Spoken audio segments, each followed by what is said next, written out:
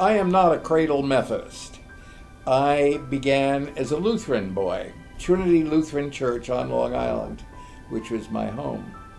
And then I was fortunate enough to decide to attend school at a traditionally Methodist institution called Drew University in Madison, New Jersey.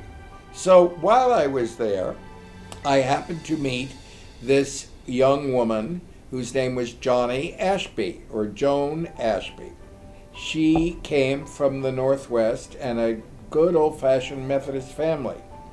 Her parents met at the Pioneer Methodist Church in Walla Walla when her grandpa, Paul Hardin Ashby, was the DS in Walla Walla, and her mother's family were the Kellys in Walla Walla, who were wheat people.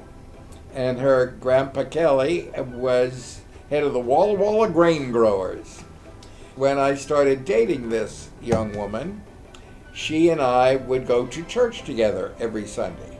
Well, there was no Lutheran church on the campus of Drew, but there was a Methodist church very nearby. So we started attending the Methodist church. Johnny and I were at Duke Law School then, in the midst of an incredible racial climate. And it was the days of Dr. King. And, I went to hear him.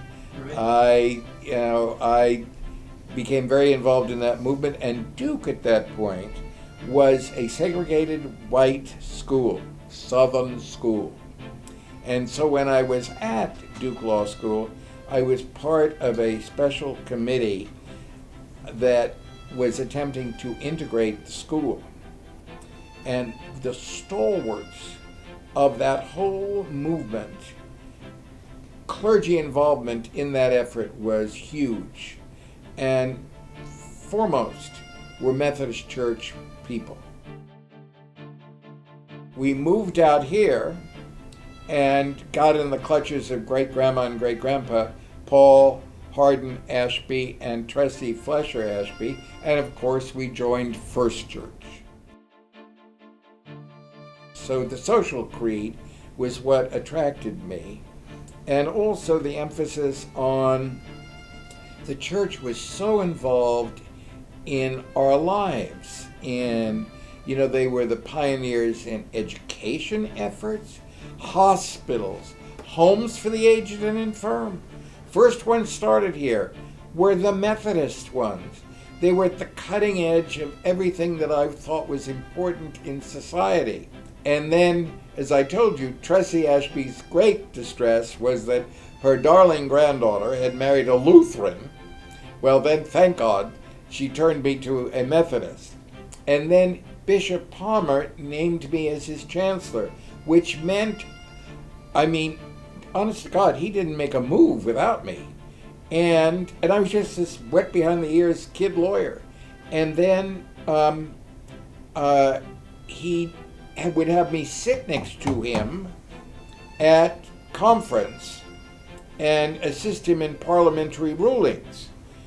And, Grandma would go to annual conference for the wives thing and everything. She just loved the fact I was up there with the bishop, just loved it. The first time I got involved with immigrants was chairing a special committee of the American Bar Association. And the president-elect of the ABA called me up and he said, Lou, I want you to chair a special committee dealing with pro bono participation of lawyers on behalf of immigrants and refugees and newcomers. And I said, well, Sandy, that's awful nice of you, but I know nothing about this subject. I don't practice in the area. I can't help you. He said, okay. So he called me a second time and he asked me, and a second time I said, I don't know anything about this. The third time he said to me, would you please do it? And I said yes, and it changed my life. Up to that point, the lawyers of America, the mainstream lawyers, the big law firms, had nothing to do with this subject.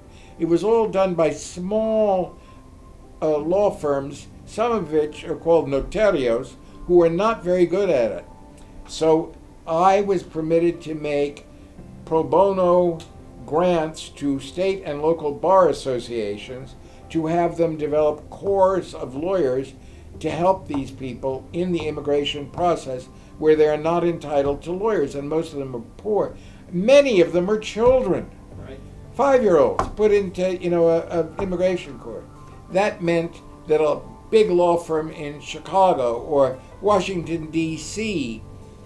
would take a pro bono case and they would see the outrageous activity of the INS, which was the closest thing to the Gestapo that we have. Now it's ICE that's doing it. People once said to me, why do you get involved in this? And I said, well, I think it's the right thing to do.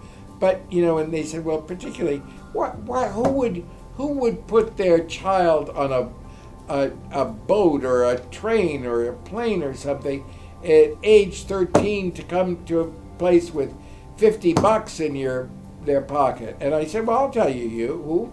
My great-grandfather. My grandfather immigrated to this country in the bottom of a boat from Liverpool, from Wales, and he had $50 and nothing else. And he became a successful businessman. Gay rights, that whole movement and how it's changed the world. I practice family law, and if you had told me today what a family would be as opposed to when I began practicing, it's so much different. I believe that there are highs and lows in everything, but I believe that the church has always been involved in the highs and has witnessed the faith that we have in Jesus Christ in our community, in our daily lives. And I believe that spirit of love and compassion and understanding and acceptance will ultimately win out.